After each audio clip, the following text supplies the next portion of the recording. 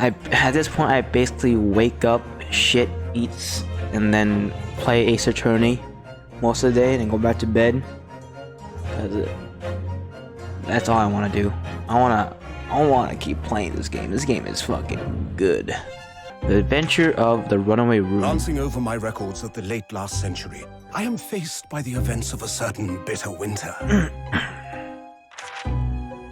A murder in a carriage as it sped through dense London fog in the dead of night. Murder? Though the victim and the perpetrator were the only ones inside, there were multiple witnesses to the crime itself. Ah, yes.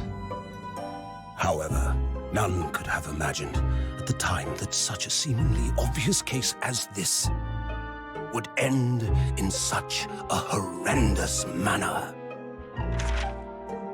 My friend, Mr. Herlock Sholmes, once said of the incident, "I believe that perhaps that case was indeed the prelude. The beginning of a long concerto that impressive Japanese student and I were to play together." Oh, foreshadowing?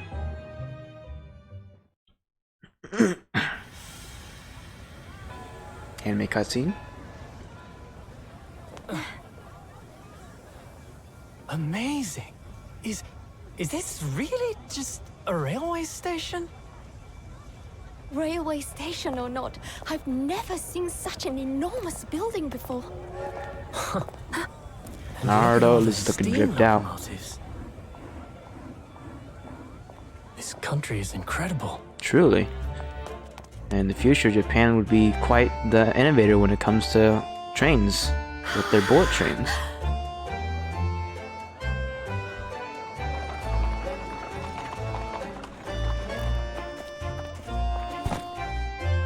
I feel like I'm dreaming. So this is the capital of Great Britain. So, where to? Oh, hello. Climb aboard. I'll take you wherever you want to go. In that case, the Supreme Court in Whitehall, if you wouldn't mind. My pleasure. I suppose you're visiting students from abroad, eh? Yes. Thought so. Well then, I hope you enjoy your stay.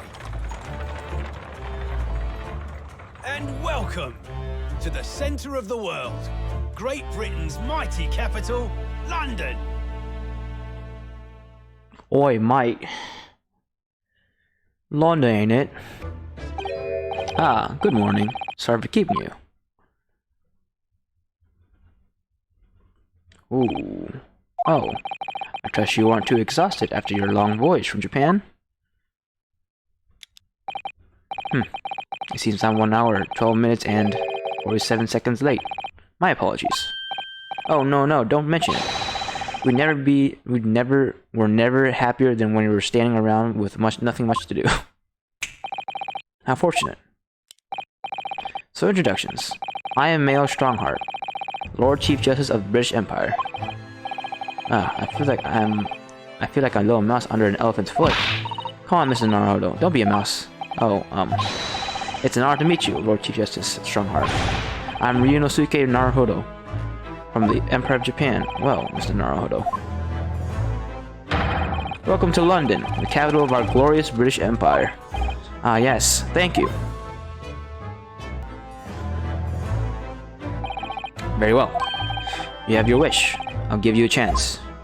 A test to become a specially certified lawyer. Whether you pass or fail is entirely down to you. Really?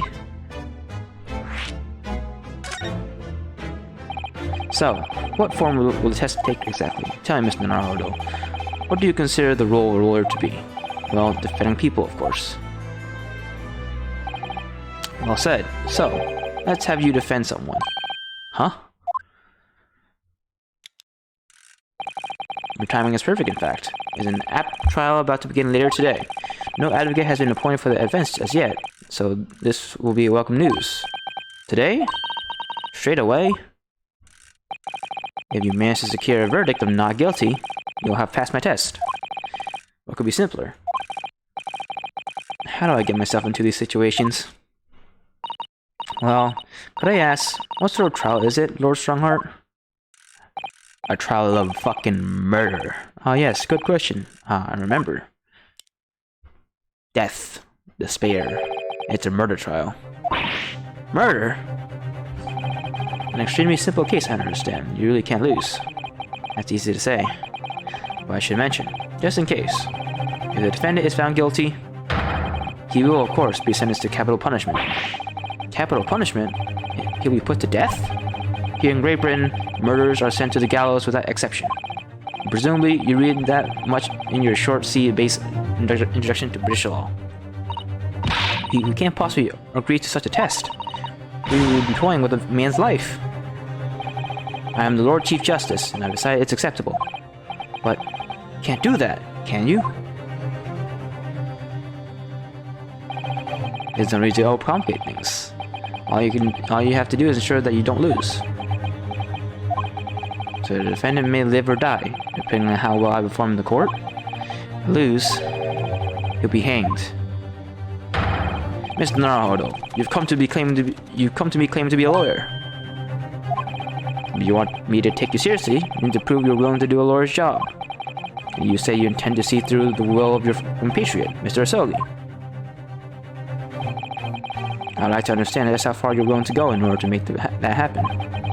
It's testing my resolve. What's the matter? You're falling sign. I'm sorry, but time is pressing. Trial begins shortly. I need an answer from you now. What's it to be? What do I say? Do I agree to this absurd test? I'll do it. Alright then. I have to give you a decision now. My answer is... Can't do it. I can't get the words out. 15 seconds. Your decision making needs more work if you want to be a lawyer. That was too slow.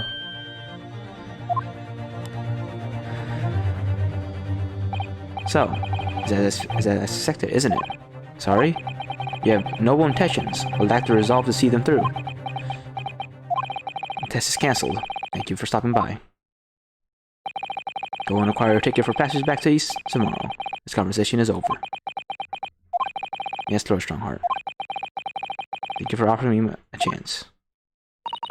Mr. Naruto. I'm sorry, Mr. Sato. But what could I do? It's alright. I understand. You do? It's not an easy decision to choose whether to defend a man in these circumstances. Resolve has absolutely nothing to do with it. What are you trying to say, madame? I think what Mrs. Sato means is that no matter how badly I'd like to be recognized as a lawyer and stay here in Great Britain, to risk another man's life by treating his one and only chance at a trial so trivially would be utterly unforgivable, and I feel exactly the same way. I'm sure that the defendant won't see his trial as a test, as some kind of experiment. The Lord may fight for his clients in court day after day, but for each one of these clients, the particular day they stand in the dock may be the only chance they have to fight to prove their innocence. No, I was wrong. I'm not qualified to do the job yet. I'm sorry for wasting your precious time, Lord Chief Justice. Wait, Mr. Naruhodo. Oh, was there something else? It's approximately 20 minutes by carriage to the Old Bailey from here. If you leave immediately, you should still be there in time. But I just said that. I was quite serious in what I told you. The defendant in this case has literally no one to advocate for him. What? At this point, he can't hope to find someone to represent him. The trial will begin without defense. And if that happens, it's only one possible outcome. He'll receive the most severe sentence the judge can pass down. That's awful. That is the truth. Why does it have to be like this? Please don't expect the answer to every question. The cold hard truth of the matter is that there is only one person now with a chance to save this man from a miserable end. And that is you. I'm really his only hope? So, what do you say now, Miss Madame? Me? What do you mean, Lord Strongheart? You said it wasn't an easy decision. The choose whether to defend a man in these circumstances. And I agree, but my estimation is purely and simply a matter of resolve. Our time is up here. I have a meeting to attend. I must leave in 2 minutes and 16 seconds. So, venture to a great city and enjoy yourselves. Yes, whoever the man you're to defend is, I imagine he's feeling very alone at this moment. How about the morning to you, madame, sir? What are you just doing following me here? Things are fair desperate, are they? Sorry? Would you look at those expressionless faces? From the east, are yes? We're from Japan, yes. Ah, Japan is it? Right, say no more. So, how much do Yaos need? No, we're here because... No need to explain, fellow. I've been there myself, so I have. No place to go, nothing to eat, barely a penny to your name, and all while in a strange faraway land. Well, actually, we haven't found a place to stay yet, no. 'Tis grand, 'tis grand. Let me start by giving yes 1,000 guineas. Guineas. Say nothing now. That's 1,000 guineas? Please, Mr. Sato, you don't have to shout. But 1,000 guineas is enough to build an entire mansion in the most prestigious area of Tokyo. What? 'Tis none to me at all. I'd like to ensure I have sufficient funds to weather a wet rainy day, you see. I have enough left to buy a city of London 2 or 3 times over.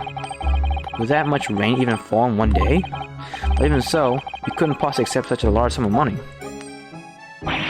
Ah! That hit me in the eye. Don't get me wrong, fella. I'm not giving you no strings attached. I'm wanting you to do something for me. Oh? To be honest, it's a little embarrassing. The trial that's about to begin, you see, is for me, good old self here. I'll be in the dock.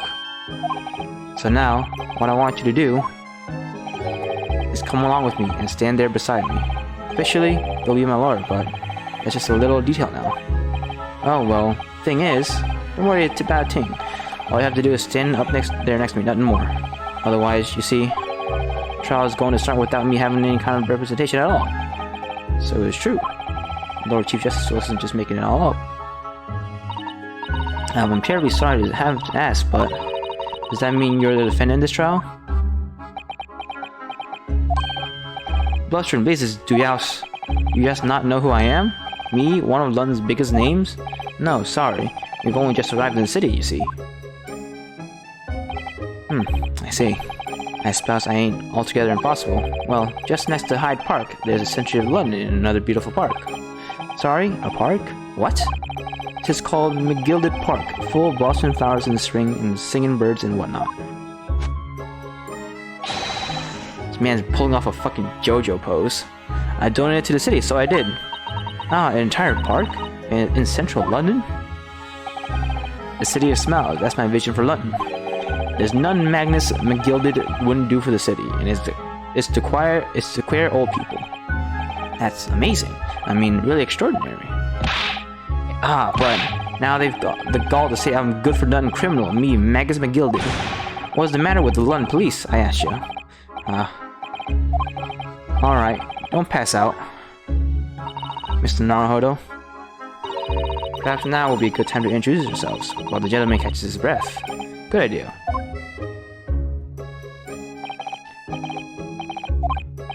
Mr. McGilded, the thing is, we're actually here in London to study British law. We're law students on a study tour from Japan, you see. So, if you don't have a lawyer for the trial yet, and you'd be happy to put yourself in our hands, we'll do our best. What was I after saying, you daft shit? I'm giving you 1,000 to stand up next to me, haven't I? Oh yes, but I wasn't really far from you, just stand up there next to you. Oh, I think I see what's going on here. Sorry? I don't know what you're thinking. This Chancellor of Fellows claims to have more money than the Queen. Well, if that's true, why the blazes can't he hire the finest lawyer in all of England? Because he did. That's the only explanation. Oh, well... Not at all, although, it is a little strange, to be honest. Why you don't have a lawyer, I mean? That would be the fault of the Reaper. Sorry? Did you just say Reaper? I am the Grim Reaper of the Bailey, Lord Barvok von Zeeks. He's the prosecutor. The prosecutor is the Grim Reaper? Wherever von Zeeks stands for the prosecution, they call accused his sacrificial lambs. And to this day, in every single trial in which he's been the prosecutor, the accused has been damned. We're pulling a Von Karma now too? How many fucking... I guess... What's the word for it? How many tropes are we gonna pull out from the original Ace Attorney game? What? So it's reached a desperate situation where there's one willing to stand in defense against the fellow at all. You could say he's a living legend of the Old Bailey. Goodness, Lord Barvok von Zeeks. He must be an exceptionally talented prosecutor then. Talented isn't the word you're looking for, madame. It's cursed. Cursed? What on earth? The defendant is summoned and his counsel. Please make your way into the courtroom. The trial is about to begin. His counsel. That would be me. Oh, 'tis time. Well then, fellow. Don't let me down. But, don't know anything about the case. You haven't told me what happened. Till you showed your face here. I made up my mind, so I had. Sorry? I decided I'd have to defend myself in there. How would that have worked? But then you made an appearance. A student of law, wouldn't you know? 'Tis no accident. I can assure you of that. This fate. So don't get cold feet now, please.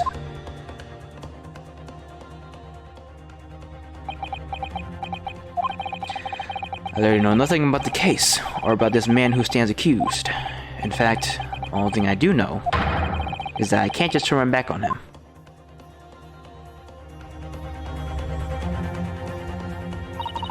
Mr. Naruhodo, the man has no one. Will have to stand alone in that courtroom, armed with nothing to defend himself. Yes, something that Kaza would never have allowed to happen. Counsel for the defense, what are you doing? If you're late for the start of the trial, you will lose your right to stand.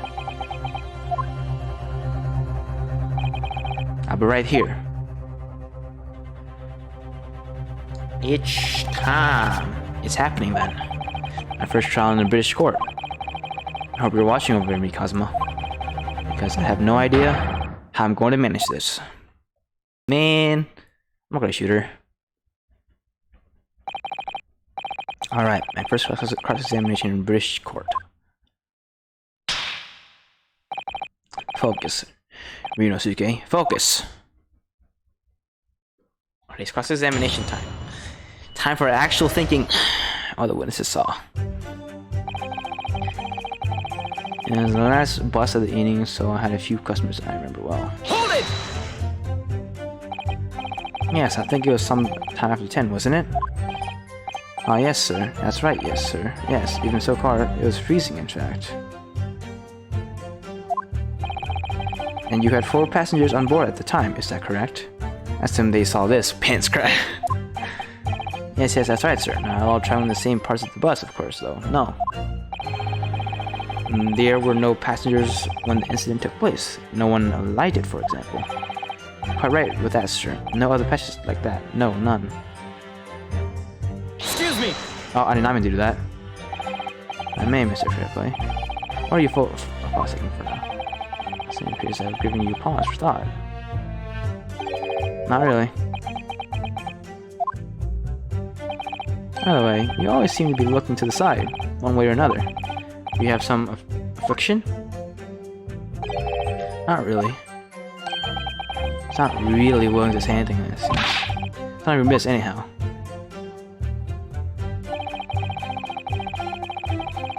I feel like I meant to miss some. Let's try this again. Hold it! I think I didn't mean to press on that too early.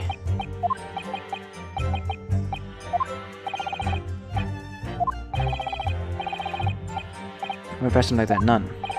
So nobody fled the scene of the crime then. Let's say the boss insists on its running. He does every evening, the last bus of the day. But I do wonder sometimes if it's altogether worthwhile. Yes, sorry to say. What do you mean by that? Well, what with it being so cold and everything, only making 20 pence on the run, you see. Yes, I spend that much of the pub on the way home just trying to warm up again. Yet the men accused of killing him were sat next to each other. Next to each other? And you saw them through the skylight of the roof of the carriage. That's right.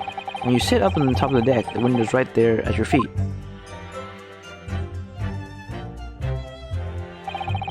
There's a lamp on the inside, so I had plenty of good view.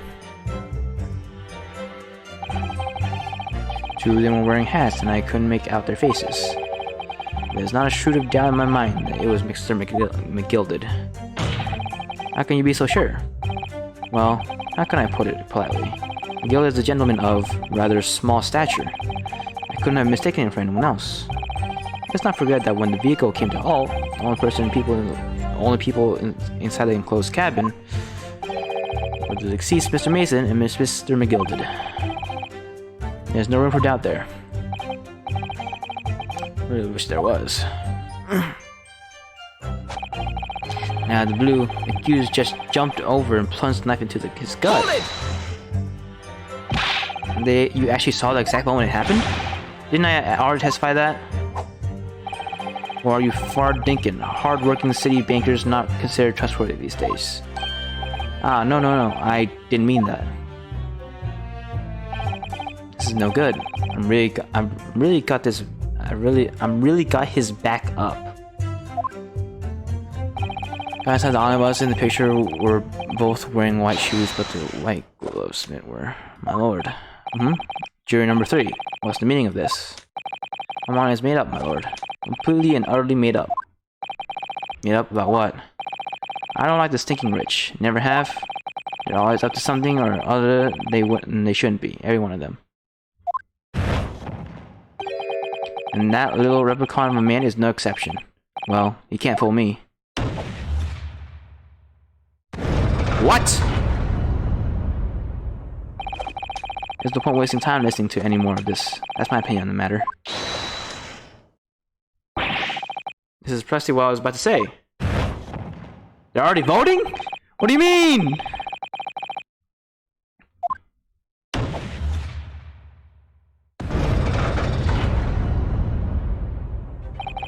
What the? What is happening here? Let me see. Ah, yes, it seems that that's how the members of the jury give their verdicts. With fire? Apparently, yes. White for innocent and black for guilty. As the 6 members of the jury make up their minds about the case, one by one they each cast a bill of fire into the great scales of justice, as we saw a moment ago. So if these enormous scales fall completely to the black side, does that mean? Let's do our best to make sure that doesn't happen. Now I'm even more worried than I was before.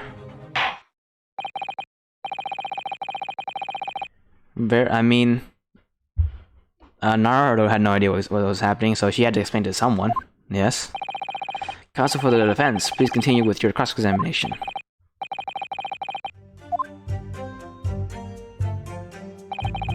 That's right, he stabbed him. I screamed. I didn't. I couldn't help it. Hold it! You stabbed him, you say, and you were sitting on the roof deck, were you? Yes, that's right, sir. I was on the roof seats. I remember seeing the little gent sitting next to the fellow that was stabbed. I've been thinking about a new head design, you see, so I was gazing up absent-mindedly around. But then, I happened to look down through the skylight. It was sticking right around his belly, that huge great knife. A grim sight indeed.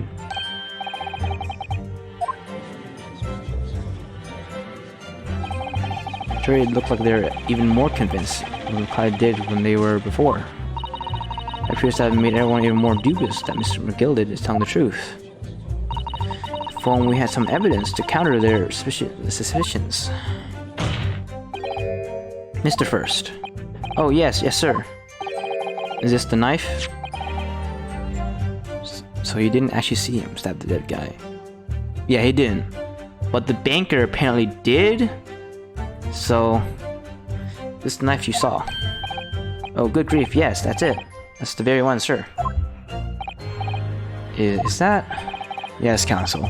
This is the blade that was driven into the victim's belly like a stake through the heart.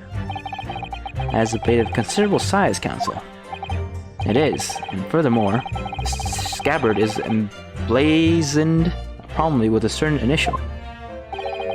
Letter M, which seems oddly familiar. Geez, no. M, for Magnus perhaps, or McGilded possibly. Take your pick. It seems a particular big name in London made a magnificent mistake. Objection! God damn it, Ryunosuke. But there are M's everywhere. Like, yes, like Mason. Objection! This blade is far too extravagant for a poor brickmaker to have owned. No, this weapon of murder almost certainly belongs to the accused. Not conclusive, but certainly compelling, Counsel. Okay, we have the murder weapon now. Lord, if you'll forgive me if you fear the interruption. Juror number 2. Go on. Mr. McGill is a pillar of society and a gentleman, and a gentleman's words should be sacrosanct. However, she's already voted. Those of us in service know we must accept hard truths. Hey, what are you about to do? Dispose of the rubbish.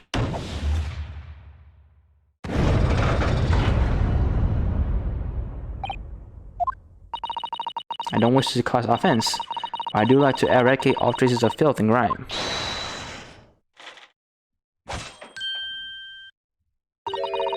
I have painstakingly typed every word uttered here today and cross-referenced all the facts. As such, I am in position to draw the only logical conclusion.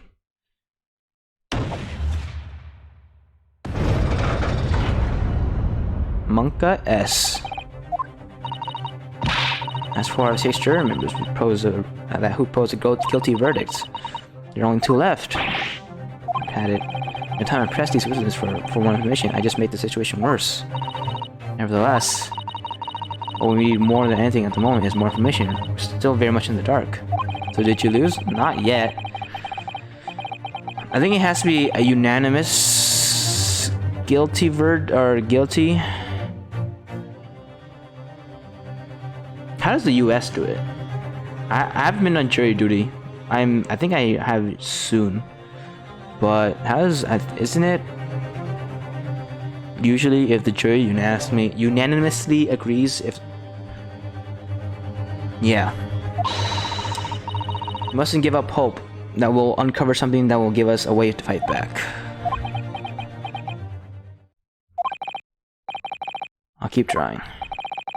I can't give up. I just need to keep calm and listen to the witnesses' statements again.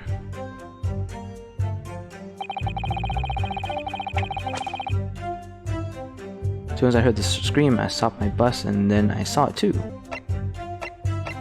I think I just gotta keep pressing. Hold it! Now, what exactly did you see? Oh, so that would be a passenger, sir. Yes, collapsed on the floor he was. By the passenger, obviously you're referring to the victim, Mr. Mason, the brickmaker. And then the other passenger had the knife in his hand, like this. By the passenger, obviously you're referring to the accused, Mr. Magnus McGilded. And then punched it down like this, stabbing the other passenger in the belly.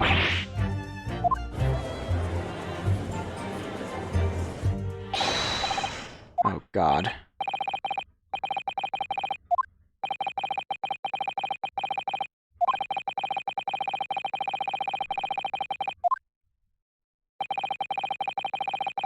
You're not even for my facts though, I said to myself. I've heard enough to now. The horse has bolted, as they say. Uh-oh. We pray the granny saves us. We pray the granny saves us. Please.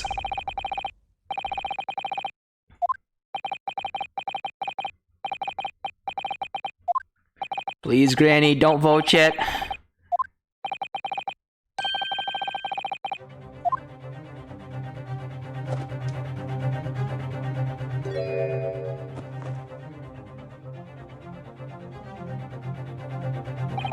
Damn, juror number 6. Yes, dear? What can I do for you? I've heard testimonies of the witnesses in the stand. Oh yes, I certainly have. Stick on my hearing, you know. And pray tell, why are you yet to pronounce your leaning?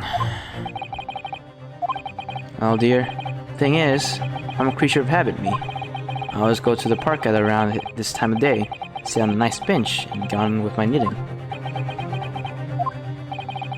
There's a lovely little park just near where I live. Gilded Park, it's called. A gentleman donated it to the city, you know. Put a smile on Londoner's face, he said. I can't imagine such a fine young gentleman would have it in him to take another man's life. He's always doing wonderful things for the city. That's right, a man like that wouldn't stab someone, surely.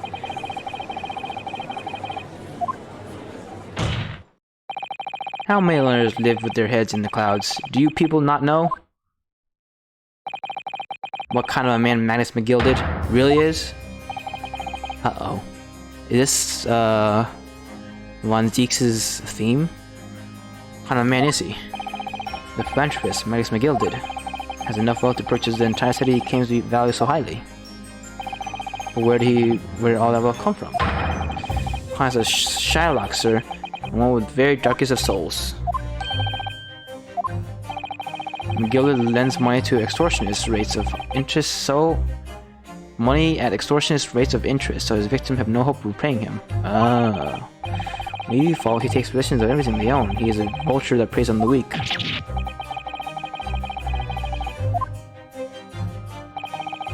Your faculties haven't deserted you, I'm sure. Damn.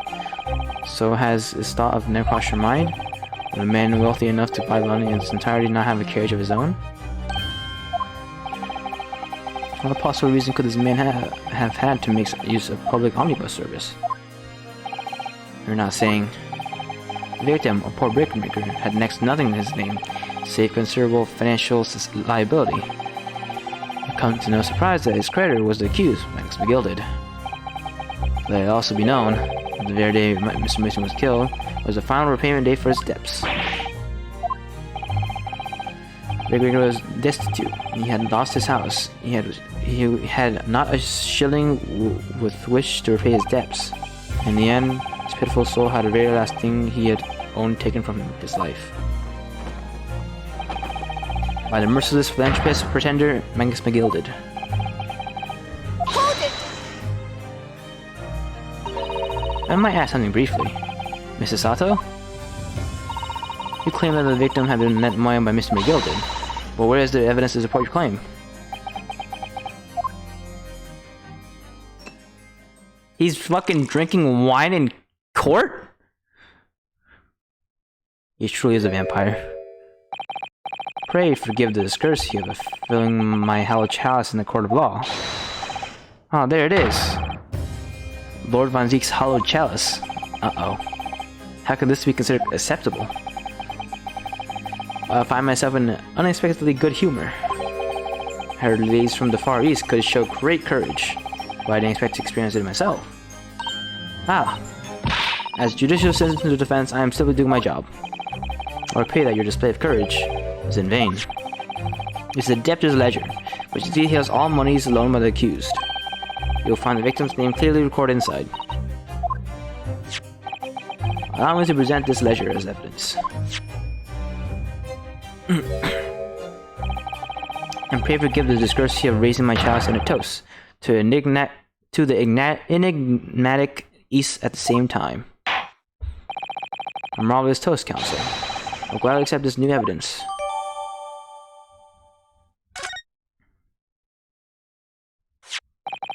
Ah yes, 20 guineas. The victim owned a considerable sum. And the accused made quite certain he made ample recompense. Well, it would seem I've had the wool pulled over my eyes. Oh no. Really, madame. That is the most apprehended of the accused. And such a pretty little park, too. What a scoundrel. Ah, fuck. Still. Maybe it's all for the best.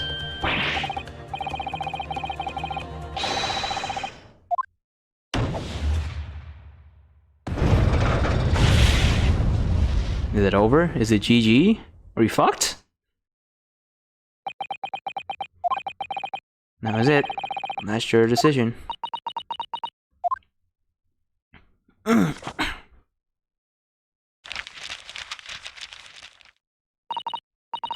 According to this Encyclopedia of British Law, when all members of the jury have concluded that the defendant is guilty, court proceedings are suspended, and the presiding judge will deliver the final verdict and sentence. That's what it says here. The final verdict. It's over then. Oh! There's a footnote, though. A footnote? However, the defense are in agreement. Wait, is the only person you could press the driver? No, I think pressing all of them is correct to get the pieces of information for court. I think this might just be like progression for the story. It shouldn't have too much bearing on the gameplay itself, hopefully. According to the laws of this country, I will not conclude trial by delivering my final verdict. I trust there are no objections. Mr. Sato, just tell me one thing. Oh yes, you were in the middle of saying something before. Footnotes in your encyclopedia, British law, however, in defense. What did it say next? Oh yes, of course. One moment. When all members of the jury have concluded that the defendant is guilty, all proceedings are suspended, and the proceeding judge will deliver the final verdict and sentence. And the footnote says, however, the defense has the right to demand a summation examination of the jurors at this point.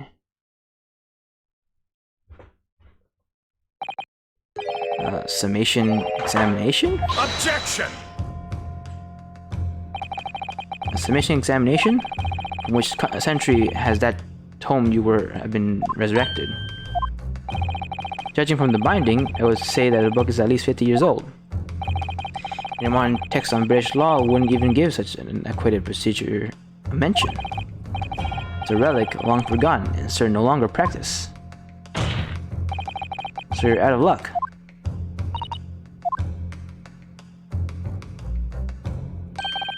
What even is it, Mr. Sato?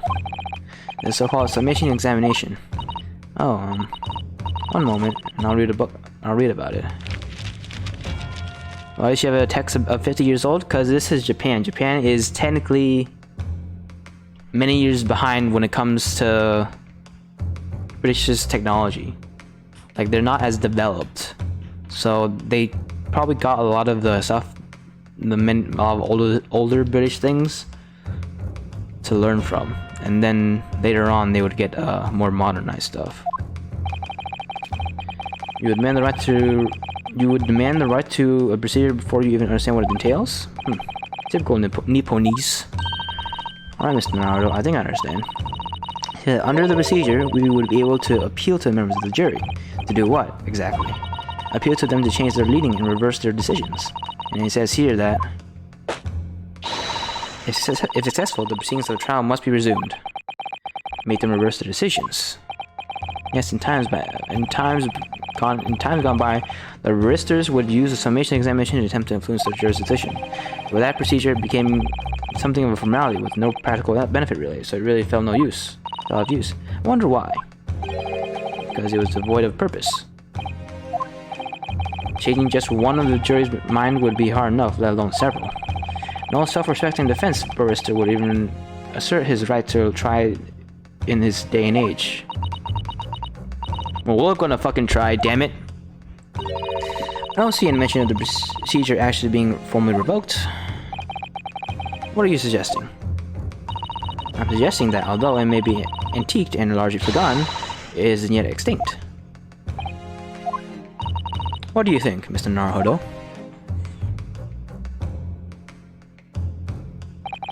A summation examination. Our last possible option. We assert our right to carry it out or admit defeat. Assert our right. We fuck yeah.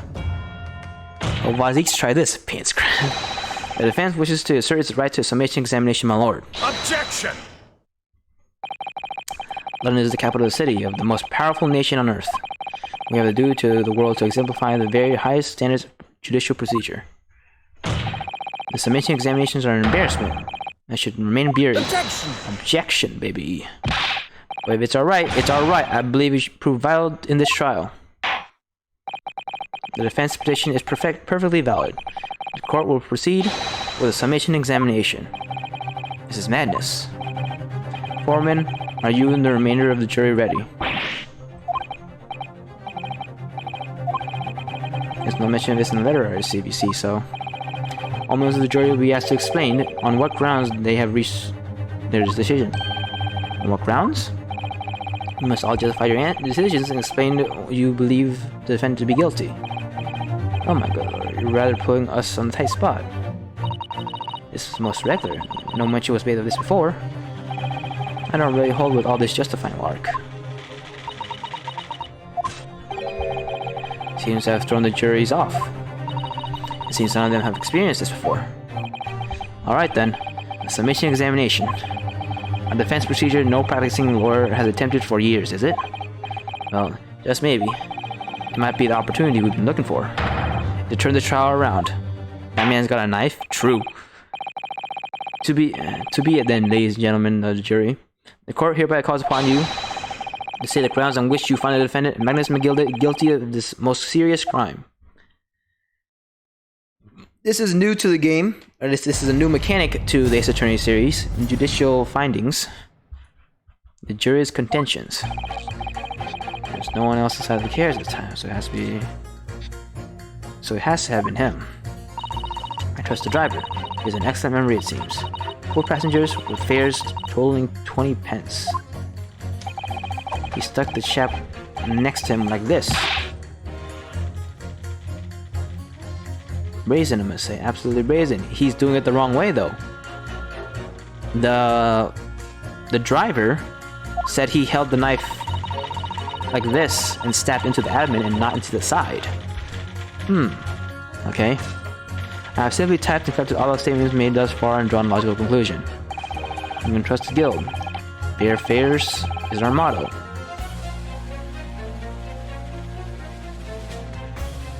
You can trust the guild. Fair fares is our... we haven't raised prices about 4 pence for years.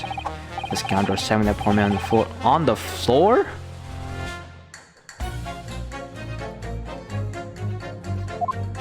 I'm guessing she's saying figuratively? I'm starting to wish I hadn't pushed for this now. Some of the jurors don't seem to have wonderfully formed arguments, though, do they? Well, let's see what we can do. We need to get these 6 people to change their minds. I'll have to throw everything I can at them, and use some very persuasive language. Just a moment, Mr. Naruto. According to my book, that's not quite how it works. Oh? I was going to have to thaw their ice minds with some heartwarming rhetoric about the defendant. Unfortunately, once the jurors have decided the defendant is guilty, they're unlikely to heed anything the defense says. But then, they reach their conclusion by their own reasoning, you see. Your pleas will sound like excuses. In fact, it could recoil on you. The more you try to dissuade them, the more entrenched they may become. Then what on earth am I supposed to do? Oh dear. Just citing what I've read about the British law, Mr. Naruto. Right, I'm sorry. Do you have any idea how to make this work then? Well, from what I can understand, the key to this procedure is using the jurors' own words to make their arguments. What do you mean? Well, the 6 members of the jury are randomly selected members of the public. And they may appear to be present a united front, but the truth is, they are complete strangers who just happen to find themselves in the courtroom together. And that's the way to break them down, you mean? Yes, exactly. We must listen very carefully to what each member of the jury says, and see if we can identify any contradictory statements. If we can, we then contrast the statements and pit the corresponding jurors against each other. I see, so it's contradictions in what 2 or more jurors say that we are looking for. In a way then, this is similar to a regular cross-examination. I suppose you're right. Find contradictions in their statements and pit the jurors against each one another to break them down. Alright, might be able to pull this off. No, that's not right. I had to pull this off. Can we start proceedings, Council? I'll ask you to take a stand for this. I'm expecting a clear, concise rebuttal. Yes, my lord.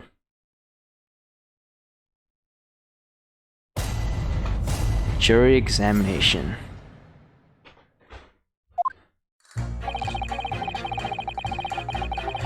There's no one else inside the carriage at the time.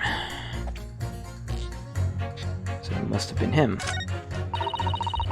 Trust the driver here is an excellent memory. Seems 4 passengers with fares totaling 20 piece. Gotta tap next time like this. Brazen, I must say. Brazen. Tapped that and collected all the statements made thus far after a logical conclusion. That's good. Do I have to press them or should I just pit them immediately?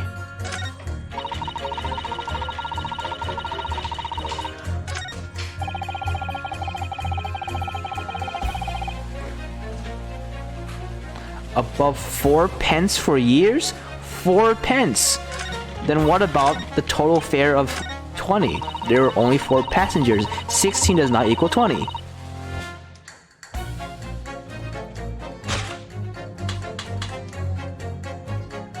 Objection! They do? Explain yourself, Counsel.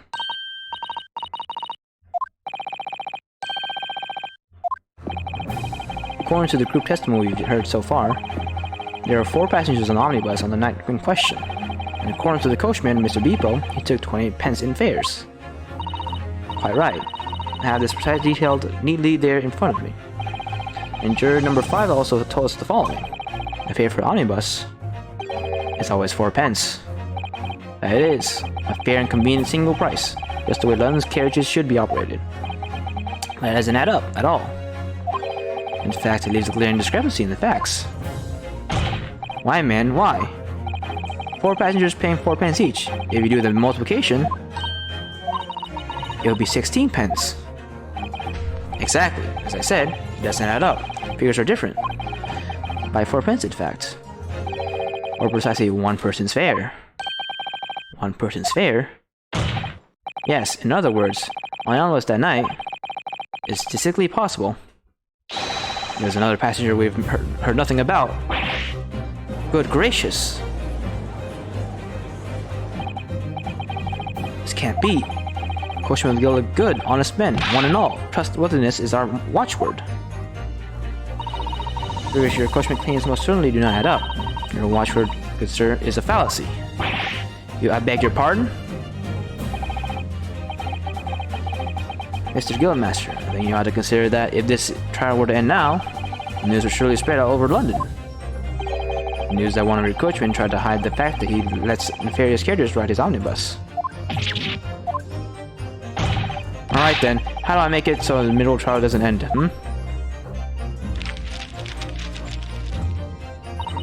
Well, according to my book here, you simply launch a ball of fireball on the innocent side. Set scales. We're all in agreement. Why do you have to go? Wait till I get my hands on you, Beepo. Save all you!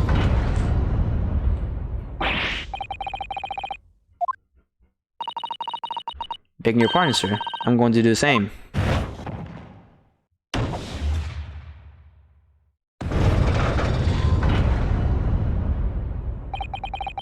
For the love of Mike, not you as well. Penny can be the difference between a smile and a tear, after all. I certainly can't put my trust in someone who doesn't follow my exacting standards in financial matters. Oh, really? I, for one, think it's only proper that we hear from the witnesses again. Oh, well done, Mr. Monardo. You did it! If you can manage to change the 2 more jurors' minds, we can force the trial to continue. 2 more. Actually, there's something else that's bothering me about a couple of their assertions. That's where you must strike next, so I need to pit 2 more jurors against each other. But there's another contradiction in their assertions. Exactly. Exactly, you can do it. Well, the scales of justice have shifted, but they still weigh heavy on this side of guilt. Counsel, you have the floor again. It was your summation examination.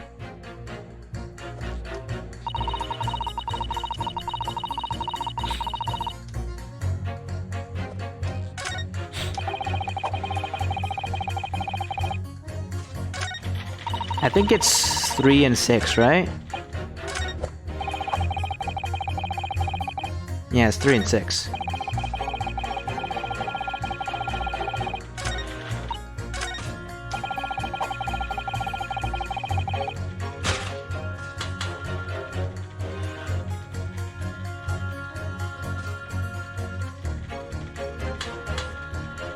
Objection! Two statements are completely contradictory. What? Explain, counsel. Post haste. Oh dear me, I was only needing a jumper for my other half. What is all this claptrap? What does contradictory even mean, I ask? We've heard from more than one witness. They allege saw the actual moment when the defendant stabbed the victim. Now, out of curiosity, juror number 3. What? Can you see I'm busy here? How would you say the defendant stabbed the victim? What sort of motion was it? Huh, want to test me, do you? Just like this, stuck the fellow next to him without even getting up, just like the prime banker said. Yes, that was Mr. Fairplay's testimony. Quite true. Now then, juror number 6. Oh, is that me, is it? What can I do for you, young man? How would you say the defendant stabbed the victim, madame? Oh, well, dear, as far as I understand it, it was like this, stabbing the poor man after he'd collapsed on the floor. The coachman said so. Now don't move. Take a look at these 2 jurors. He stuck the fellow next to him without even getting up. And he stabbed the poor man after he collapsed on the floor. They're stabbing in totally different directions. Bless my stitches, what a muddle. What this tells us is that there's a strong possibility one of the witnesses isn't telling the truth. But why? Why the dickens would they lie? I don't know that yet. But what I do know is that if the trial ends at this point, we may never find out. We never know the real truth. Ladies and gentlemen of the jury, can you really let that happen in all good conscience? Lies, you say? Oh dearie me. Can't abide people telling lies.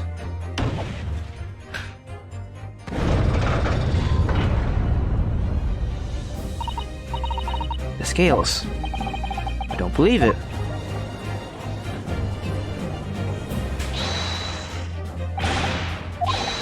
Now hear this, my fellow jurors. I warn you, you cannot listen to this man.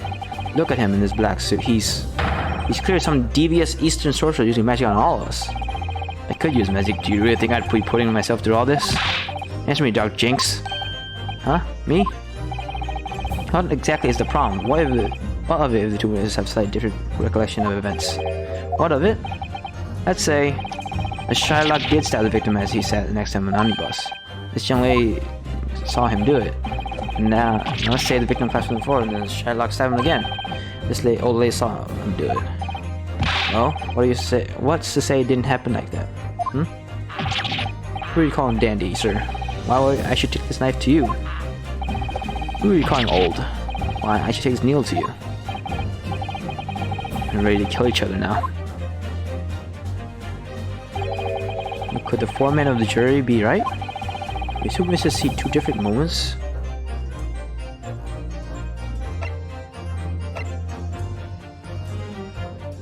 It's possible. It's true. There's an outside chance of almost anything you care to mention. Exactly the point I've been trying to make. Before you go any further, Mr. Naruto. Oh, what is it, Mr. Sato? I think you should have a look through your court record. You see, this evidence makes it quite clear. There isn't even an outside chance of what the jury is saying. Unfortunately, Mr. Foreman. What is it, you dark jeans? Come on, out with it. What you're suggesting is impossible. It's out of the question. What are you talking about, man? How you gonna possibly hear that? You do realize that I'm only doing my job. As foreman of the jury, I have the responsibility to steer everyone in the right direction. So, where's your evidence, man? That's what we want to see. I say two witnesses saw two different moments of the exact same crime. You say that's out of the question, show me the proof. It's the picture, right?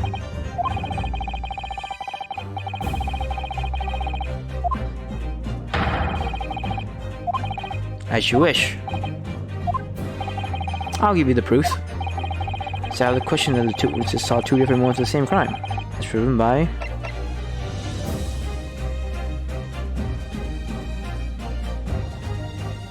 Take that! This clear piece of evidence. Well, Mr. Foreman? It's not? Fuck.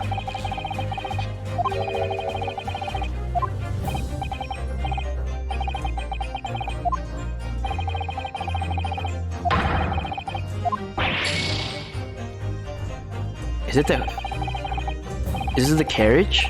Because there's only blood in one spot?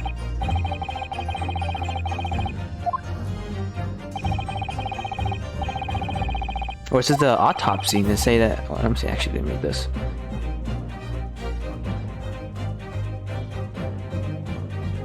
Single stab wound? Is that it?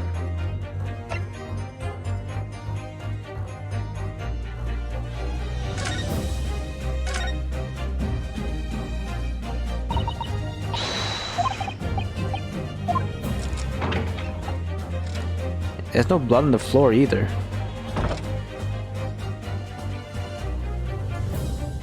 So I think it is autopsy, but this will be the backup. Take that!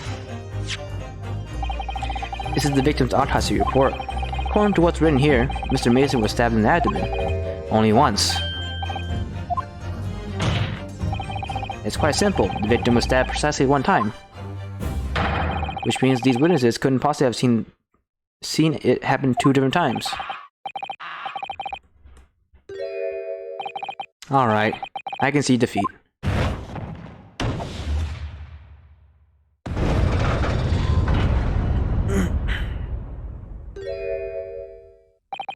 Wait, that means poor jurors are now leaning to not guilty. You've done it, Mr. Naruto.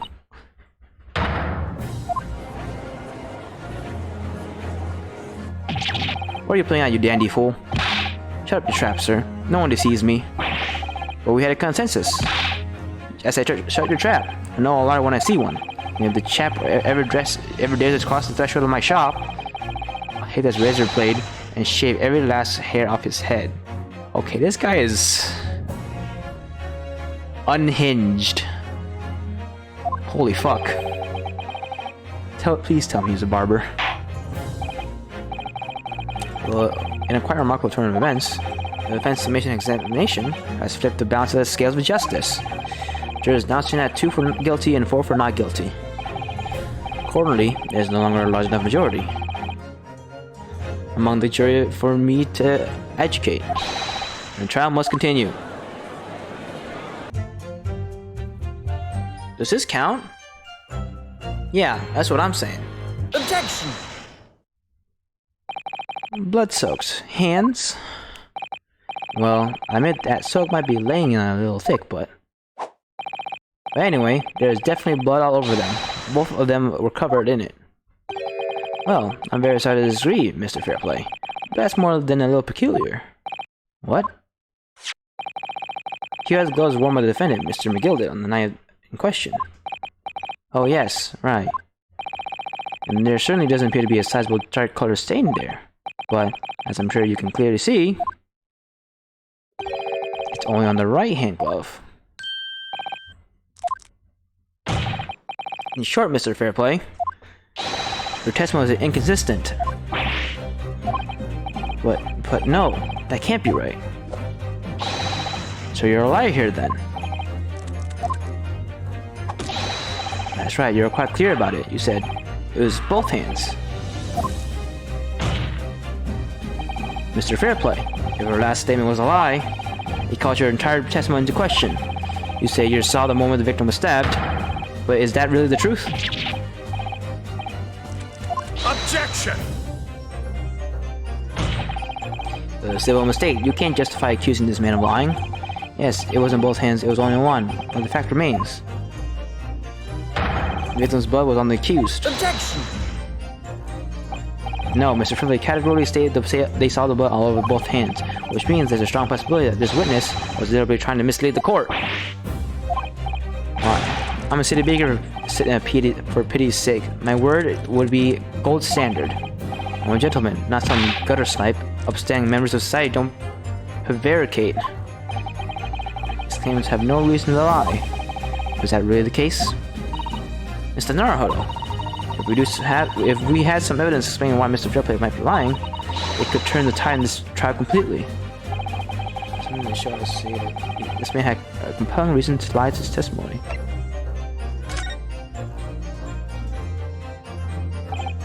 Lord. Yes, counsel. The defense is ready to present evidence. By Jove, are you sure? Yes, evidence that will clearly demonstrate why Mr. Fairplay had reason to lie in his testimony. Very well. I hereby call on the defense to present its evidence. Evidence that demonstrates a motive for the witness's alleged deception of the court.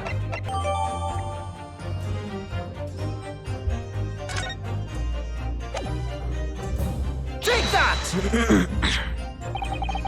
This is a list of the debtors who owe money to Mr. McGilded. Yes, a list of innocent victims, crippled by the accused's extortion. The point is, among the names of these debtors is your name, Mr. Bruce Fairplay. Mr. Fairplay, are you currently indebted financially to the accused?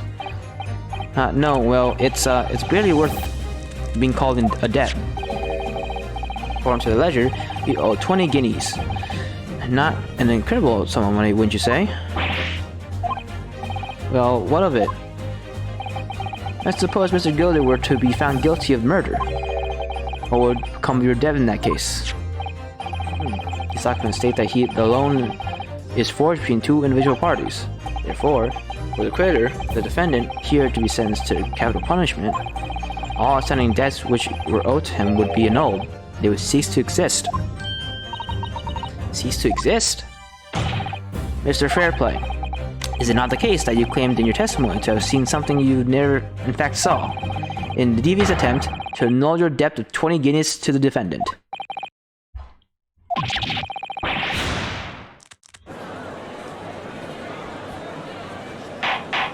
I don't know, you don't know? Well, the wee king just happened to be in the carriage that night. I never saw her before or since. Objection! We have absolutely no reason to believe this man. The prosecution calls for the witness's statements to be discarded by the court. You know, I wouldn't be surprised if the urchin isn't here in the courtroom as we speak, listening to the proceedings. Monka!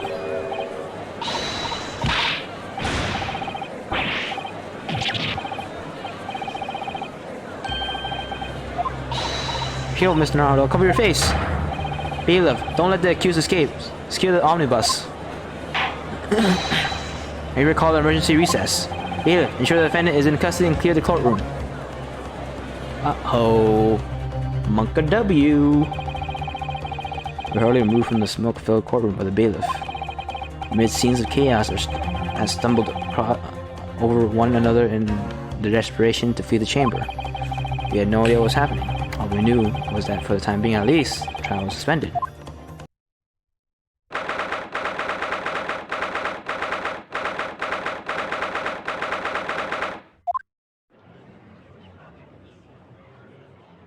Oh, who is this?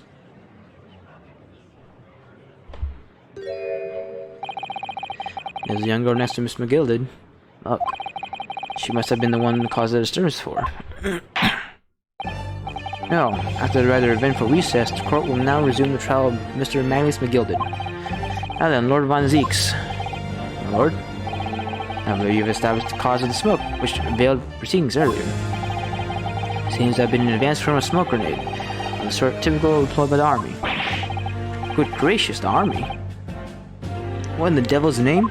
It was an elaborate attempt by the young girl to cloak her escape from the public gallery, but she was caught, and now occupies the stand. Your name, girl. Are you responsible for the smoking rain which induced such pandemonium here in my courtroom? What is the meaning of this deplorable behavior? Ahem, if I may, my lord. Yes, Mr. McGilded. I think perhaps I ought to explain here why it is that this wee lass was here in the first place and why she tried to bolt like that. It's all tied up with the events of that night, so it is. Very well, Mr. McGilded, give your testimony. You will explain to the court exactly how this young woman is involved in the case. So what did happen that night? It's not like a defense lawyer needs that information or anything. With complex reasoning, one arrives clear at the truth every time. Wow. We got six not guilties. Does that mean we win? All 6 members of the jury consensually in their leaning to a verdict of not guilty? Mr. Naruto, this, well, it must mean what? That we're victorious. We've won? Are you sure? Objection! Yeah, I don't think so. Oh! He's brought out the foot! If the sight of my iron-heeled Wellington defends, pray, do forgive this courtesy.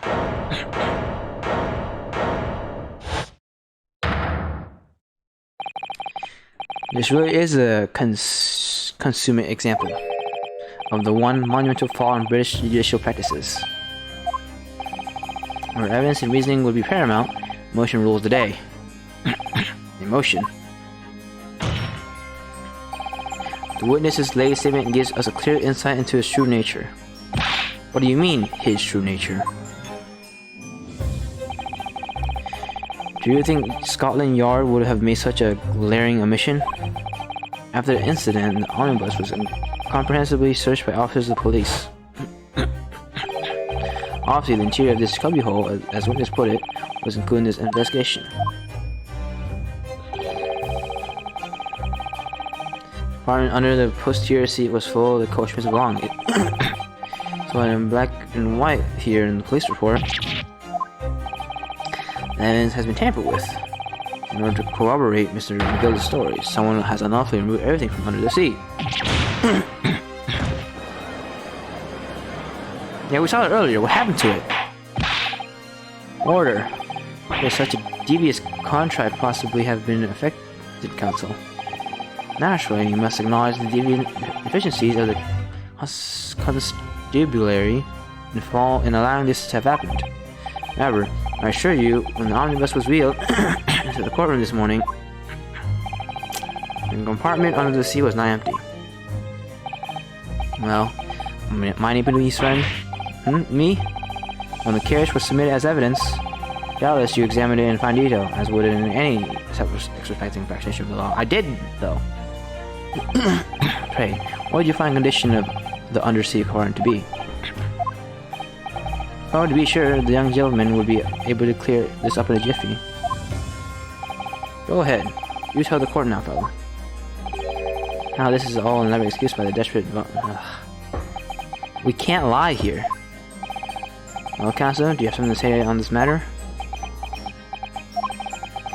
Am I supposed to answer? What can I say about the statement of the little compartment under the seat of the omnibus? It wasn't empty. Well, you don't know if giving this answer is helping my case, my cause as counsel for the defense, as far as I remember at least. When I first examined the compartment, I'm fairly certain there's a number of articles inside. Yes. Are you sure, counsel? What are you saying, you daft dog? I thought you were on my side here.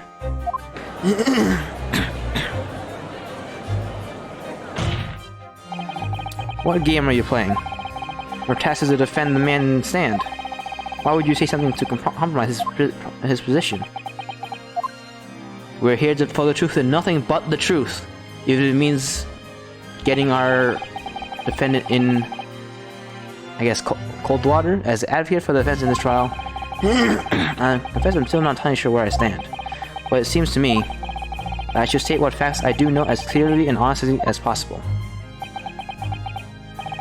Interesting.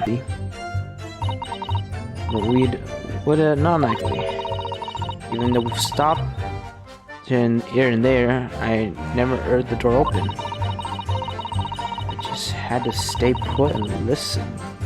Never heard the door open?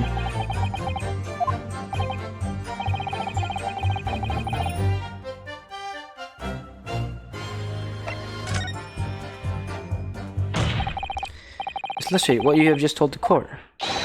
It's clear it odds with the facts. Are you sure, man? Absolutely. It seems my learned Nepalese friend is not as dull-witted as I feared. So Van Zeke has realized it too.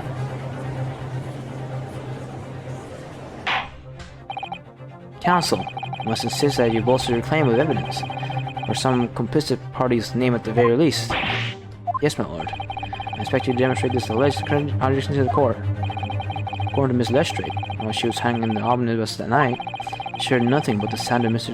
Gilded snoring. Think, Ryusuke, think. How did Mr. Mason enter then?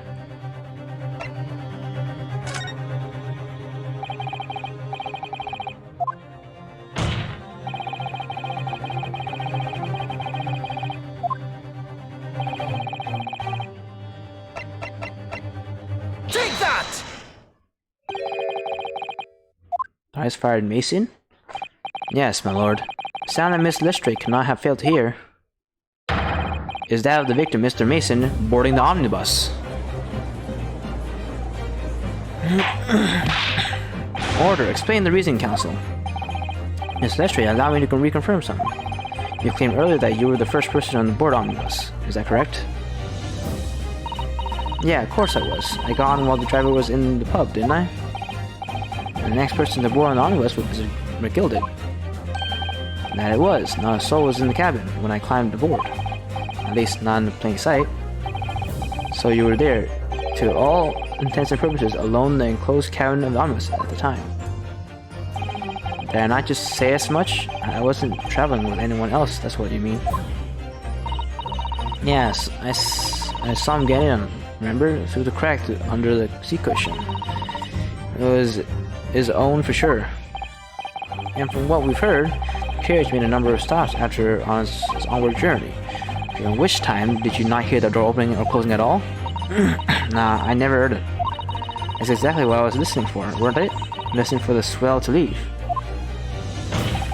In which case, when and how did the victim end up in the carriage? You know that the victim crashed inside the enclosed cabin of the omnibus. Therefore, Miss Lestrade's statement about what she did or not hear is at odds with the facts.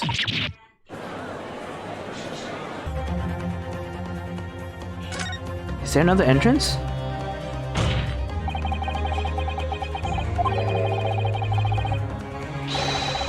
Objection!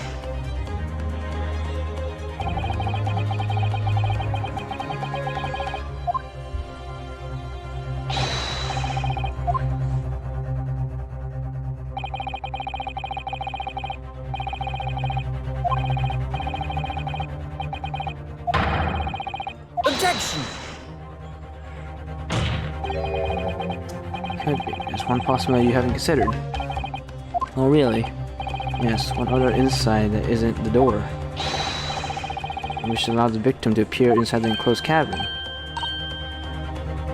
So I was right, but where is it? This will identify the location for the court.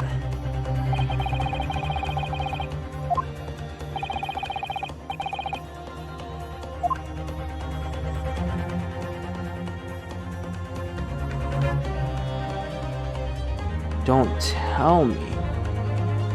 Is this openable?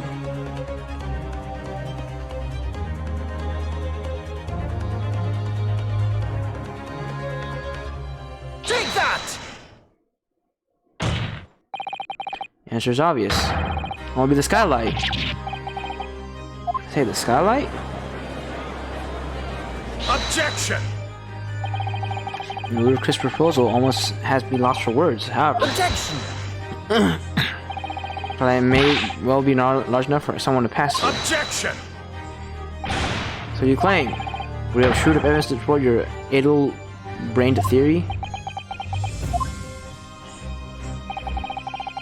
Both Mr. McGill and Miss Lestrade said the same in their testimonies.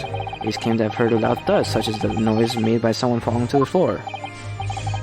This has already been explained. The sound of the victim falling from his seat, having been assaulted with a dagger. Yes, it has, but would a man slipping from the seat onto the floor really have made such a loud noise as the witness described? Noise loud enough to cause Mr. Lestrade to let out an involuntary cry, in fact? Good gracious. Perhaps, in fact, I was the moment that the victim made his entrance into the cabin. No, let me rephrase that. The victim didn't enter the cabin as such. He fell into it. Objection!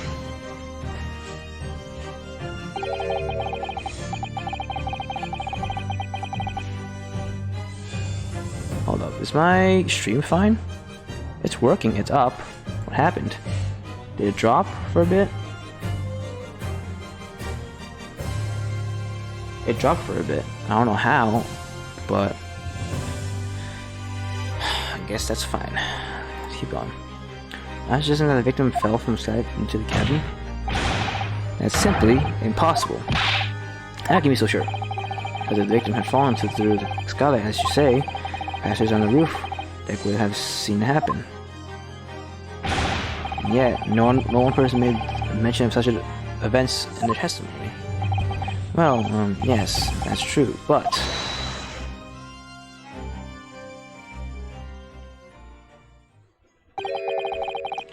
might a humble fellow make a wee comment here, Mr. McGill? To be sure now, two of us who sat on the roof that testified before said none of the victim fallen through the skylight.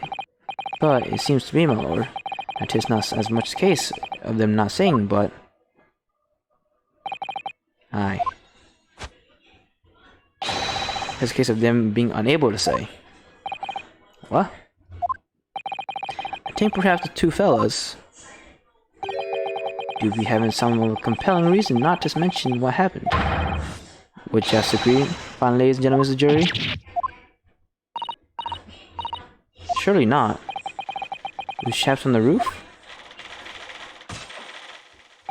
You mean the ones who stuck that knife in the men were... No way.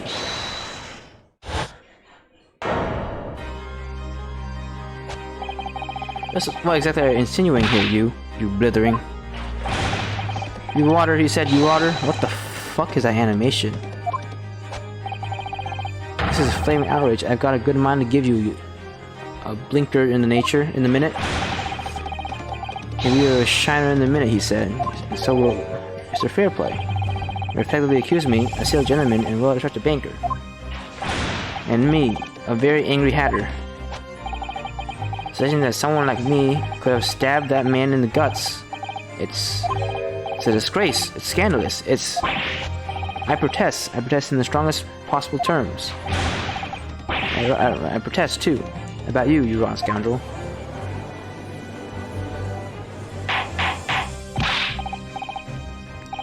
There's another time, witnesses. I will not permit this wanton invasion of the stand. Return to the anteroom at once. It's beyond reason, my lord. It's outrageous. It's very hurtful, you know. My lord, if I make a comment. Go ahead, Lord Manzix. The defense that incited this outburst from witnesses. My learned friend has seen fit to abandon all protocol and accuse witness without proof. Accuse? I never intended to. It seems, young Nipponese, that your command of the English tongue is wanting. You propose to this court that the victim fell through the skylight from the roof deck of the omnibus. The hypothesis cannot possibly stand without the rooftop passengers being aware of the events. And you have branded these gentlemen liars. You have intimidated their criminal guilt. In our British courts of law, this is what is termed a baseless accusation. I was trying to point this idea forward without any actual evidence, but you can't just dismiss it without a second thought. What are we waiting for? Get them to testify. Thought there was something fishy about that hat at the moment I laid eyes to the fellow. We have to see if this matters through now, one way or another. If there's filth and rubbish in our midst, we must dispose of it at once. Testify.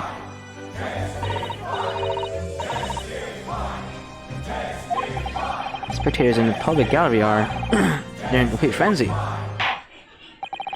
Mr. Freeplay and Mr. First, you will take the stand again and make another formal testimony in reference to the indictment made by the defense. Yes, my lord.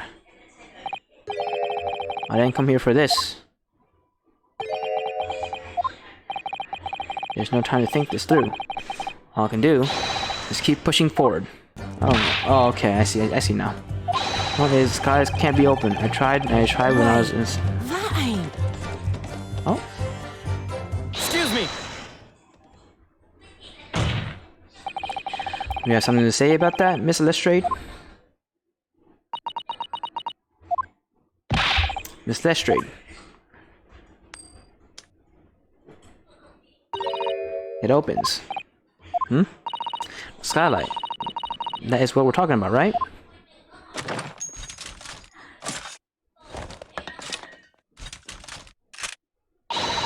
All them skylights open, dead easy.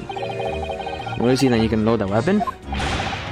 It's a lie, I tell you. Otherwise, then I broke wind. I can't do it from the inside, you mug. Look, a few weeks ago, I was up to the roof deck of one of them drags. And I had a great hole, I had bursts coming out my ears. It's Lestrade, this is not the forum to be eulogizing on the subject of your criminal activities. Well, anyway, I had a bit of a scare. I lifted the last bloke's purse, he got wise to me. All four of them surrounded me, so I couldn't hop off the bus and leg it.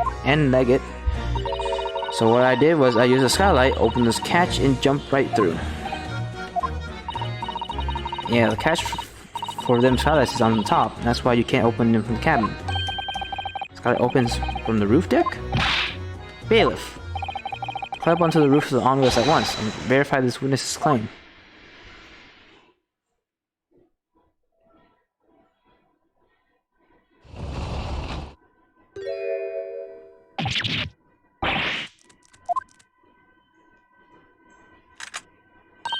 See?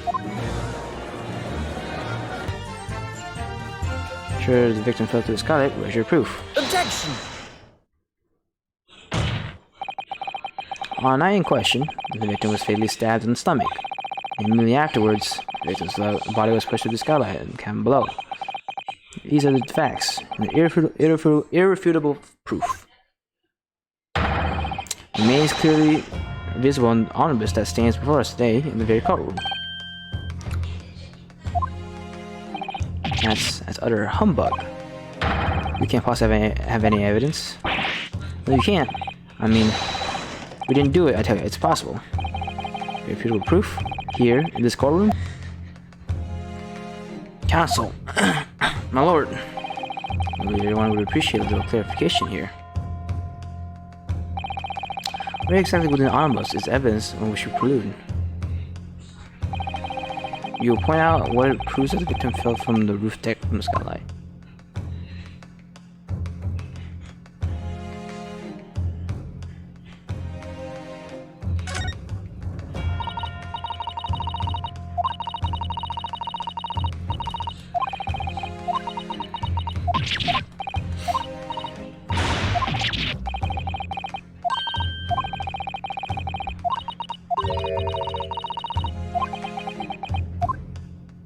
Got it! By Jupiter, is that blood? This blood stain proves this blood stain proves two things.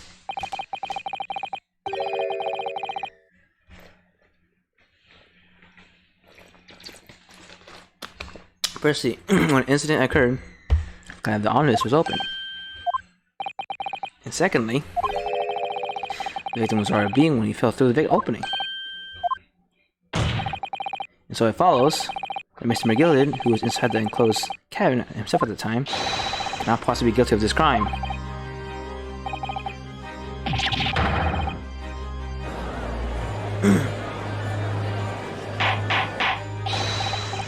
Order. But the blood could have sprayed up there when the fellow was stabbed inside the cabin. and one and only found its way to that particular spot on the skylight? Sure. And that would have been very convenient. Let's keep in mind that the skylight catch can only be unfastened from the roof deck. I myself wouldn't have been able to open it now, would I? There's no way for certain, is there? If the gent really fell through the skylight, I mean. Why don't you have a good look at the floor of the cabin between the two seats, Mr. First? It's all too plain, if you see. It is the aftermath that shows the poor fellow dropped from the fair height right there. So it is. What? No. But it can't be. It's all lies. Hold it! My fellow jury members, I think we can all agree that this is a clear proof of the defense innocent, can't we? I believe we can, yes sir. It's clear to me now where the filthy rubbish can be found in the courtroom. So, you thought they could pull the wool over our eyes, did they? Won't tolerate any of the guilt carriages being soiled with blood. Won't tolerate it. Oh, I always knew that nice gentleman who gave us that delightful park couldn't have done such a thing. On three then, everyone. 1, 2, 3. Objection! Oh? A chilling performance, Mr. McGilded. Oh, what would you be referring to there, Lord Von Zeeks? A blaze in the frame of the skylight? Such evidence is null and void. What? Why? For one extremely simple reason. That smear of blood never existed. Objection! What are you talking about? Objection! I personally attended Scotland Yard's investigation of the omnibus. Our involvement over the carriage with the fine-toothed comb. So I can state with absolute certainty that no such smear of blood exists in the carriage. At least, not until this trial began. So how did it get there? Are you suggesting, Lord Senator, that this stain was fabricated, my lord? Yes, while this court has been in session.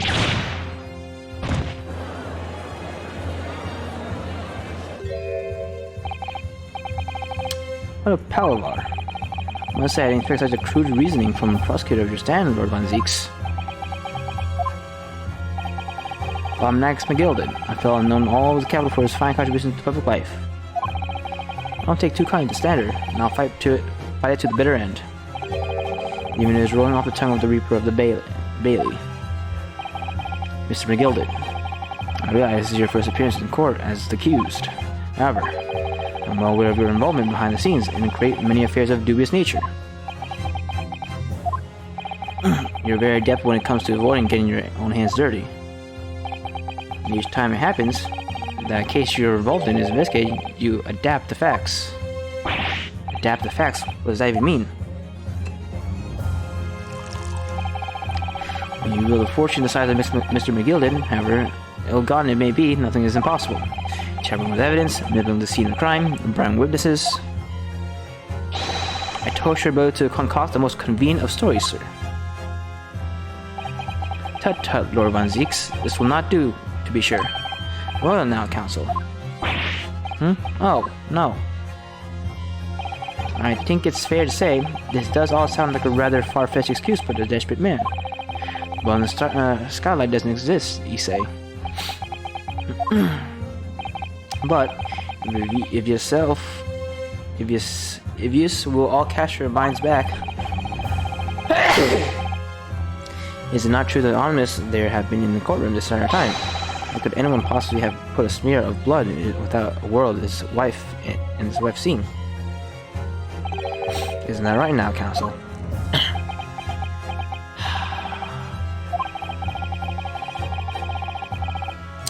I'm gonna have to brat out the truth, huh? Here's to hearing your opinion on this matter, in your own words. As you wish. Does someone have tendered with the omnibus during the trial? If you're asking me, I think it could have been possible.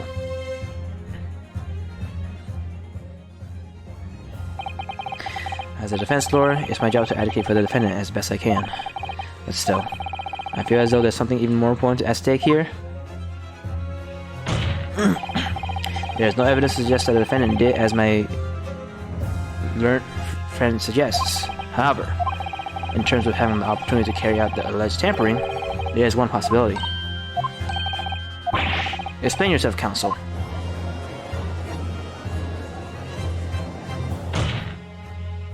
Yes, there is. It seems my learned police friend has no intention of running from this deceit. Deceit? I'm sure everyone still remembers clearly the recess that we were forced to take. As a result of the smoke arranged by the witness currently in the stand, Ms. Gina Lestrade.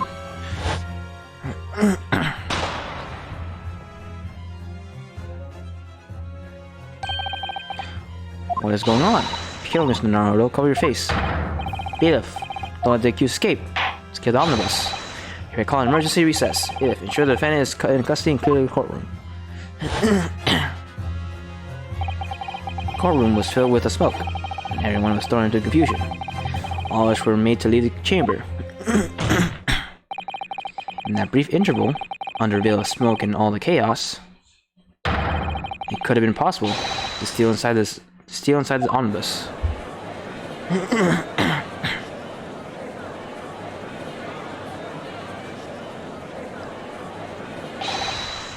Are you wise? What are you trying to pull? You run feckless gouger? Feckless gouger? You're supposed to be defending me. It's a wicked plot. It's a wicked plot. Don't remind me. So it is. Objection!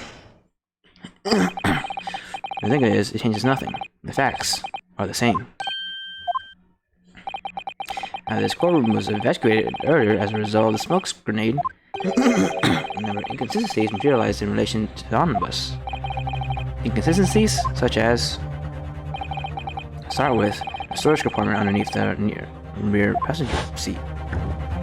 Yeah, it was filled with shit earlier.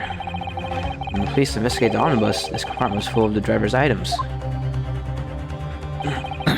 Secondly, we had the smear blood on the edge of the skylight. As I said, I was not present at the start of the trial this morning. Unfortunately, Roman Zeeks, no one's able to corroborate your claims. That's true. All of us were just wheeled out, the storage compartment and the skylight was shut. Accordingly, I'm afraid to say, we cannot establish with any certainty if this evidence is a result of tampering or not. Even my lord, no doubt that there was not a single person who saw fit to verify such things. What do you think? Sorry? About the omnibus. Is there anything else unusual about the omnibus? My lord? Yes, counsel? There is one further inconsistency. Remark that surely could not have been present at the start of the trial. When those names are going on to say now. If you dare to betray me, you little maggot, you better start watching your back. Objection! Silence, McGilded. Court awaits the defense's clarification. This trial keeps swinging on one way and the other. I have no idea what's the truth and what's deception. What am I supposed to do? What am I supposed to believe here? I shall have to ask the elaborate counsel. Exactly is the alleged mark that claimed to appear at some point in the trial. It's the blood spot on the floor, right? Because we didn't see this earlier. Or I didn't see it earlier.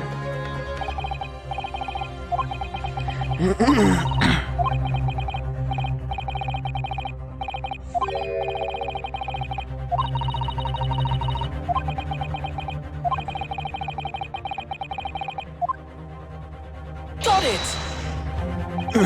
If you consider the victim fell through the skylight onto the floor of the cabin, we would certainly expect to find signs of blood where he landed. As far as I recall, this bloodstain on the cabin floor was not there when the omnibus was first brought into the courtroom.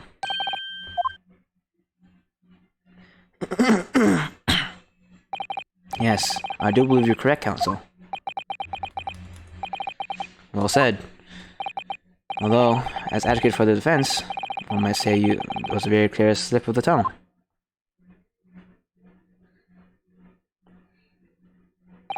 I believe that bloodstain on the floor is a decisive piece of evidence.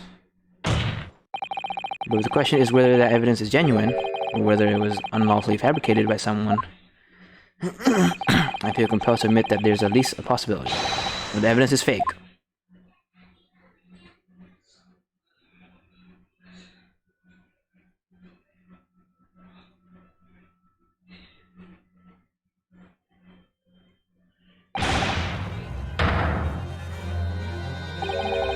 This trial is over. Mr. McGill did? I've done everything I possibly can to cooperate with the court, but it's all over now. But you're the defendant. It's over, I tell you. Memory, recollection, what people think they saw is all nonsense.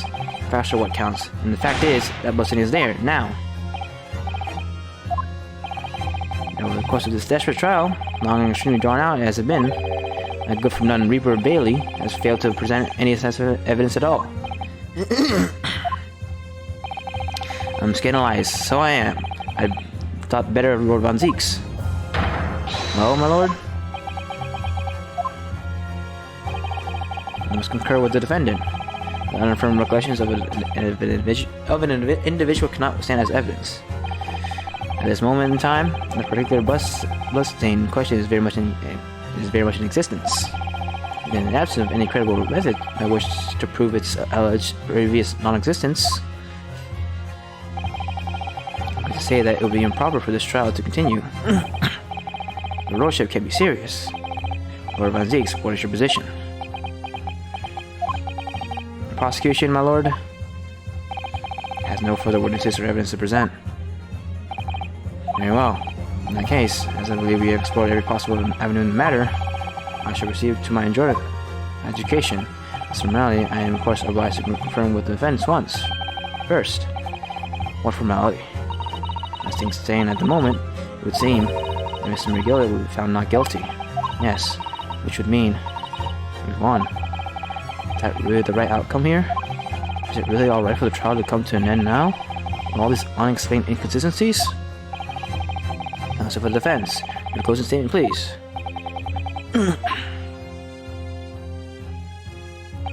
Yes, my lord.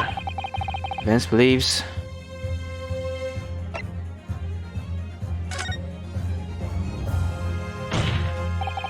I'm here in this courtroom today to advocate for the defense of my client, Mr. McGilded.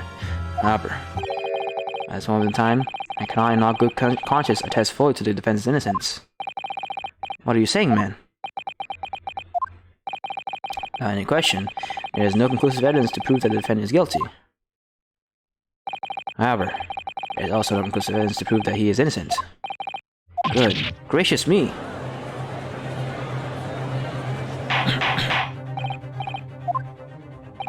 This is unprecedented behavior, counsel. A defense lawyer calling the accused's innocence into question? Are you out of your mind? Oh, it was a grand decision to appoint you as my lawyer, so it was a grand decision. What? I must say, I didn't expect such quite an exciting spectacle at the end here, but still, here, this is for the troubles. Your job here is done, fellow. Some fine work you've done, so you have. What do you mean? Just as the right honorable gentleman so secondly put it there, the trial can't go on anymore. Your closing statement there was, how did I put it now, nothing more than formality.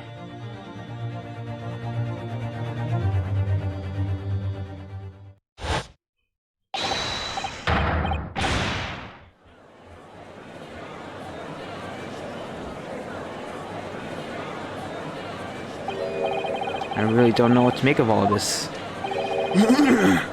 Was it we've seen in general, or was it fake? Our lordship would be fuming. Any slight rubbish which should be disposed of promptly, as I said. Stigmas are always good to some. Mark my words. I'm terribly ashamed that I ever doubted the lovely man who gave us this lovely park.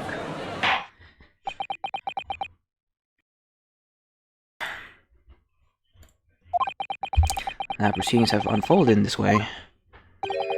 I'm proud to declare a premature end to this trial. Furthermore, court must accept the defendant's plea.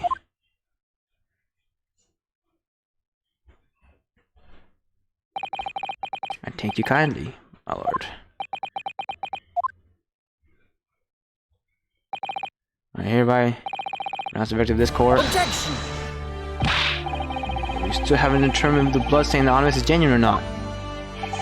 We don't know if these witnesses are telling the truth or a pack of lies. We have no idea about the truth. Lord Van Zieks, my lord, the case made by the prosecution was flawed, plain and simple. Indeed, the honor that's presented as evidence was tampered with. The prosecution is at fault for allowing such a disgraceful perversion of justice to take place. My sincerest apologies, my lord. Objection! But wait. When we evacuated the courtroom, Lord Van Zieks ordered the evidence to be secured. I'm afraid the prosecution cannot shun responsibility in the matter. That's so unfair. The culpability of the defendant has not, at the present time, been established by the court. Consequently, the jury will now be required to proffer judgment.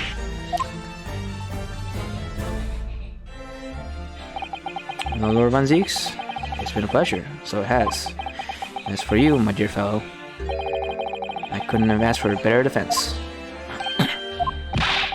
You mean to tell me this has all been a grand waste of time? It's the law of the land, my good man.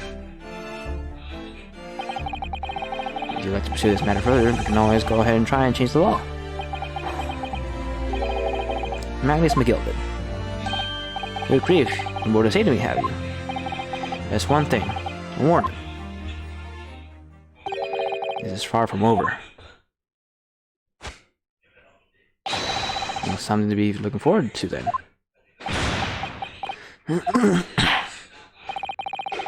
Hereby pronounce the defendant not guilty.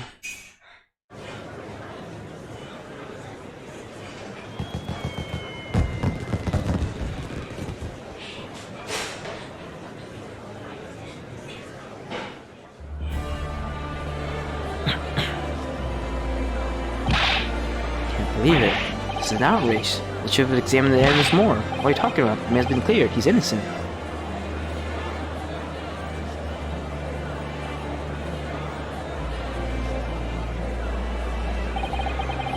The courtroom pandemonium for the second time that day.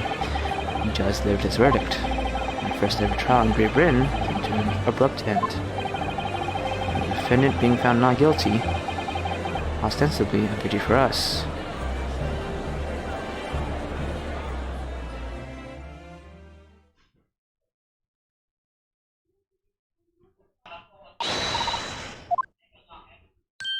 Ah, Iris.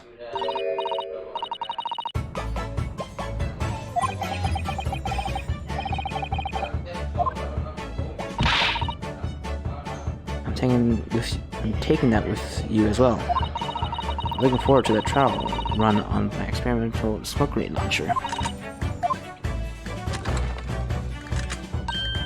How do you want to play? You won't beat me. Excuse me, but who are you? Oh, good day to you. I'm, well, inventor, I suppose, of that machine. An inventor. Normal smoke grenades are so dull, don't you agree? White, and more white. You have to be sure to smoke, it can at least be pretty clever, I thought to myself. Do we have to be sure to smoke though?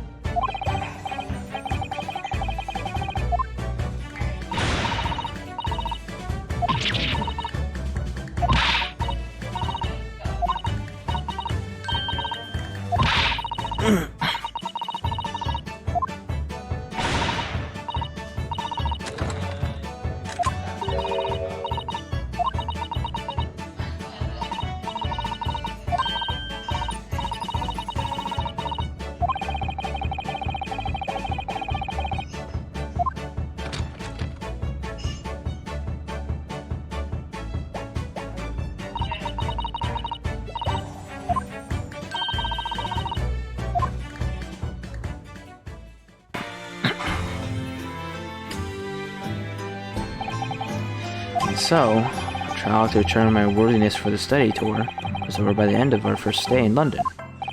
However, as we were soon to learn, there were more trying times ahead, just as the Reaper of Bailey had warned.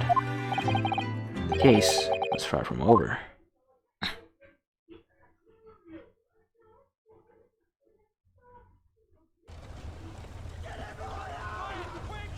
What's going on? Get the fire brigade! What the hell? Bring water, quick! What? How did this happen? I don't know, sir. By the time I got here, it was already engulfed. No one was supposed to be allowed in here before we started investigating.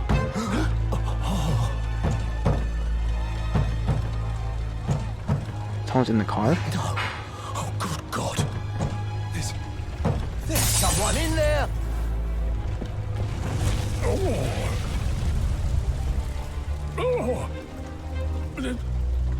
This can't be.